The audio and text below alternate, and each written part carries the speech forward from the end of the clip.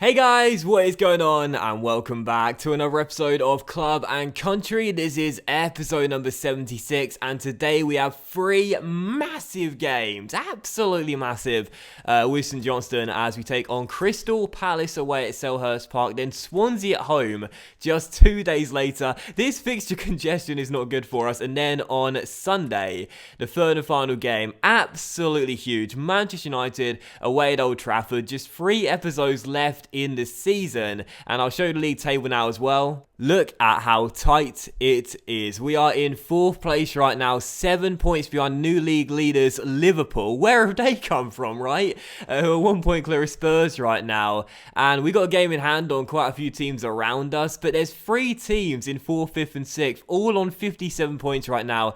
Any one of these teams between 1st and 7th, where Arsenal are, could still win the title with just 6 and 5 games to go.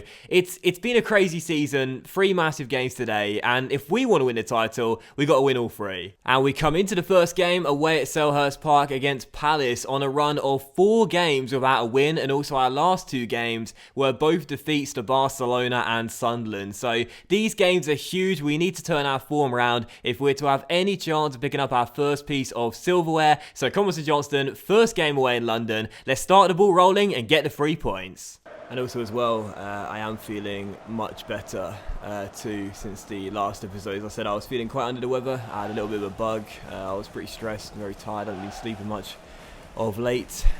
It's really weird now. Like, back in the day, like back in the old days on my channel, I felt like I was able to talk about this whenever I wanted to, like, you know, personal stuff. But now on my channel, I've made such a commitment to try and always be happy and always be positive all the time in anything I talk about.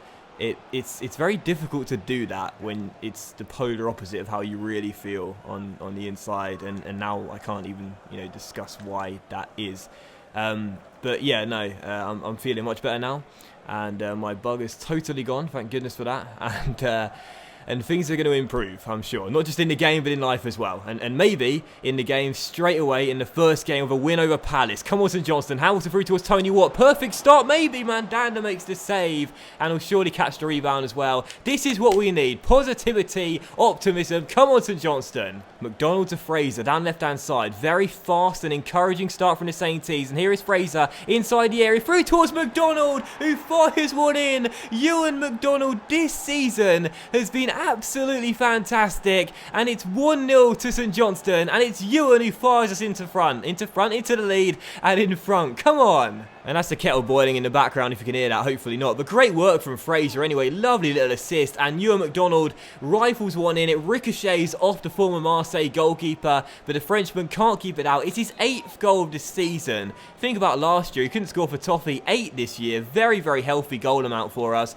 1-0 St Johnstone. Perfect start. We've had 4 games without a win. 2 defeats on the bounce. Now we're getting our form sorted. Come on. Making a really interesting treble change at the break. Kingsley, Watt and Burke are coming off. McDonald, Taylor and also Morrison. And Gordon the Giant is going to play up front alongside Ewan McDonald, little and large. And the reason I'm doing this is because it's not the first time. In fact, just a couple of episodes ago I did this. Played him up top and tried to float balls into him for him to knock down. And you may notice in the training, I'm training his attack position, heading and volleys as well. It's mainly for their heading, if I'm being honest, for his defensive stats, because I really like him being 6'6" and a very good centre-back with great potential for club and country. But I also feel like he could be effective as a striker as well. I really do feel with his presence and his size, he could be a handful for any opposition defenders. So that's why I'm bringing on Gordon the Giant to play striker at half-time, and maybe it'll turn out to be a great decision. I guess we'll see. Penned in our own area right now. This is not good, but Patterson does relieve some pressure, thank goodness. Now McDonald to the Giant, and now this is what I brought him off the bench for. Hold up striker to find Ewan, he's done so. McDonald through towards Rob. Rob on the ball. Really great chance to rack the points up here, and it's the Giant running through, and Mandanda just caught the ball. That was a one-on-one chance, and it was literally 0 shot power. Oh dear. This is what I brought the Giant off the bench for. To hold up striker, the big man. I thought if he can get a goal as well, that'll be memorable. Look at that for a terrible finish. Mandanda was like, cheers for the back pass, bruv. Appreciate that one. That is the worst finish I think I've ever done. Oh my goodness.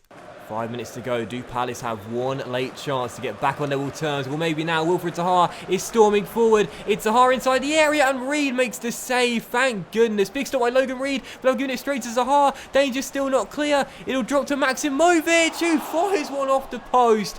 What a let-off. And I went from laughing like crazy to panicking like crazy, but fortunately we got away with it. I almost threw it away there with Dougie Reed, but fortunately the shot hit the post, and now Reed's on the ball and chips it inside, and this is the moment. Gordon the Giant, oh, that was a better shot, but Mandanda made the save. And there it is, it's all over. Massive, massive win at Selhurst Park. We return to winning ways, long overdue, but Barry and the boys make sure we get it. Defense the key once again, another clean sheet, and a massive victory. However, there's some really bad news after the game, because Rob Hamilton, who got a knock during that game against Palace, was unable to run it off and is now going to be out for 3 weeks with a sprained ankle.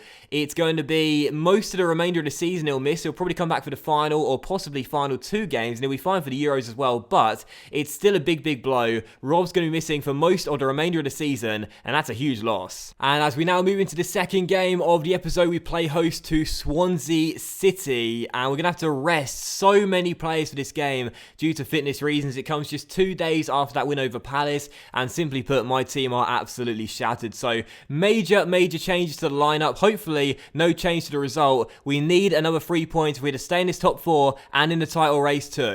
Well, you don't win titles by being mediocre. Any team will tell you that much. And simply put, this season we've been mediocre. So if we are to win the title, we have to have a spectacular end of season run-in. And with so many games to come in quick succession like we've had, well, for the most part, the second half of the season, it's going to be tough. We've made loads of changes for this game, but I still do believe after that big win against Palace, we can win this game as well and against United at Old Trafford too, as we set ourselves up for hopefully a memorable finish in Season 4. As Christie finds Burke through towards Tony. First chance straight away, and that's exactly the start I was looking for. Tony Watt fires us into a 1-goal lead just 4 minutes in. Golden Boot winner last season, and I'm calling it now. Golden Boot winner this season. Great little build-up. Burke inside towards Tony. Takes 1 touch, 2 touch. Takes his time with the 3rd touch. Rifles it into the bottom corner. 15 goals for the year. And Tony's added again. 16 goals even.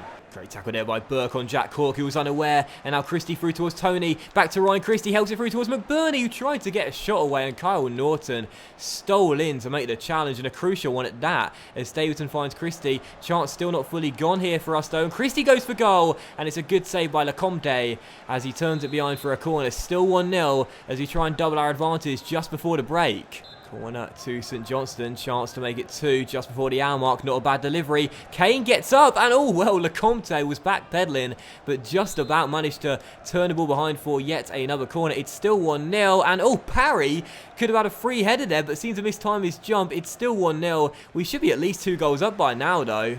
Gray to Rob Robertson, and double Rob will find Shane Gray again here. Down left back towards Robertson. They keep the ball between one another before finding McBurney, and a former Swansea man inside towards Robertson, just off the bench here for Kingsley. Through towards Patterson. Great chance here after a slow build-up. It's Shane Gray, sorry, Alistair Gray even, who scores his 1st goal for the club, and that will surely do it. St Johnstone 2, Swansea 0, and a huge 3 points at McDermott Park. I said Shane Gray, of course I meant Alistair Gray. There's so many Grays and Reeds and McDonalds and Hamiltons in this team, sometimes you forget which one's which. But anyway, Alistair Gray scores his 1st for the club. I do like this youngster. He's got a wonderful left foot, but he scored with his weaker right foot to put us 2 goals in front and deliver those 3 points. Get in! How do you respond from getting knocked out of the Champions League in heartbreaking fashion, being on a 4-game streak without a win and losing your last 2? Or how about 2 solid wins from 2 and 2 clean sheets in 2 as we stay in this title race? And as we come into the third and final game of today's episode, oh my word, Manchester United away at Old Trafford, and a win will take us into second place and will just be 2 points behind the league leaders Liverpool with 3 games to go, but only a win will do that. A draw, simply put, is not enough now. We have to keep on winning if we are to win the title. So come on, St Johnstone, 2 wins from 2. Now let's make it 3 from 3. Let's put it out the bag when it matters most. Let's go.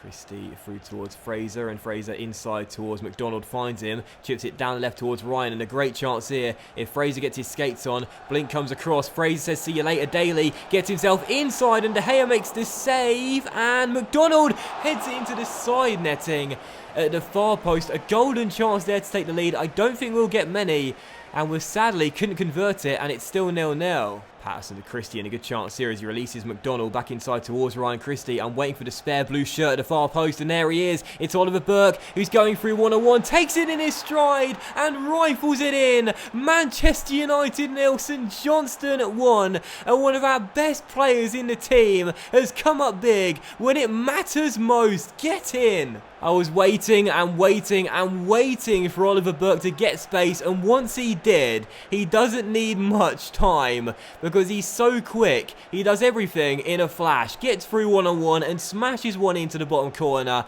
Oliver Burke with the goal. United 0, St Johnstone 1. We are still in this title race and could be cutting the gap to 2 points. Let's go, come on! Oh, Dougie Reid wins it back. He's been sensational all game long, Dougie Reid, and that's going to be a booking for Bailly as well. You know, there was a little segment just before half-time where we almost went on a counter-attack from Reid winning it back, but the referee blew up for half-time. He's won the ball back like 7 times in this game.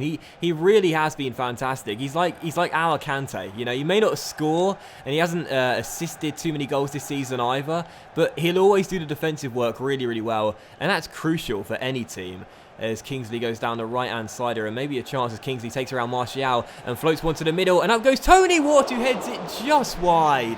Lingard for United, this is worrying. Still Jesse Lingard on the ball, drills one in towards Paul Pogba, no! Manchester United back on level terms, and it's the club world record signing who's got the goal. Lingard storms down the right, drills one in, and the French midfielder takes his time and finds the back of the net. It's 1-1, and United need the points as much as we do, but this is going to be a sickening blow, as we were so close to our first straight win, but there's still time, come on! Osimhen for United, tackled by Reid again! What a game he's had, and what to McDonald, and Ewan has got pace, and Luke Shaw does too, but I fancy Ewan McDonald, the Cam version, who takes it and keeps on going, and rolls it inside to Tony, De Gea fumbles it, but Bernie, just shoot, please! I was hammering down circle, I was trying to get McBurney to pull the trigger, but he had cold feet, and that's going to do it. Final score at Old Trafford, Manchester United 1, St Johnstone 1, and we failed to cut the gap to 2 points. We failed to move into second, and have we failed to stay in this title race? And that will end today's episode of Club and Country as well, guys. So a big thank you for watching. I really hope you have enjoyed it. There are just 2 episodes remaining this season, so don't miss either of them as the crazy Premier League season reaches its climax. Can we still win this title? Well, you'll find out very soon. Much love to you all. Have a fantastic day, and I will see you for the next episode, the penultimate one of the season, very soon.